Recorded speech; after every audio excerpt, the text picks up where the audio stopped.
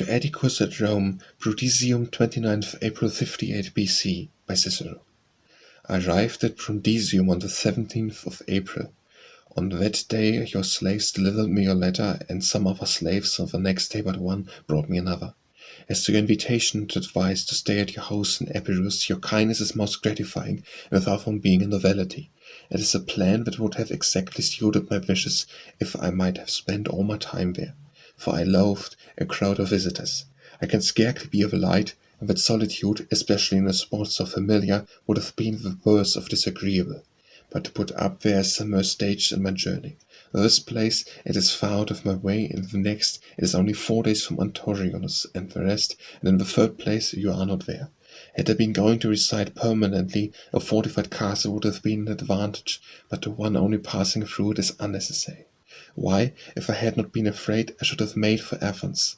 There were circumstances that made me much wish to go, but as it is, I have enemies in the neighbourhood. You are not there, and I fear they might hold even that town not to be the legal distance from Italy, nor do you mention by what day I am to expect you.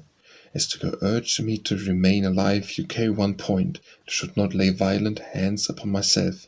The other you cannot bring to pass, that I should not regret my policy and my continuance in life.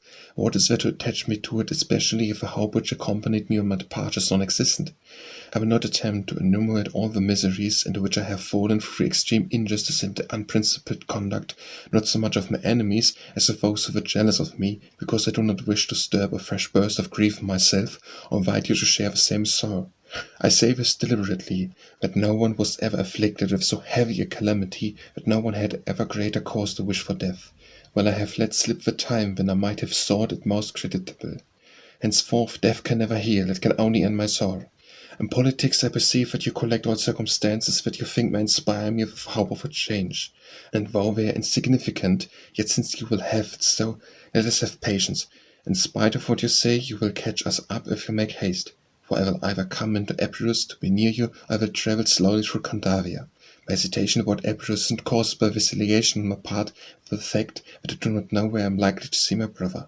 As to him, I neither know how I am to see him, nor how I shall let him go. It is greatest and most distressing of all my distresses.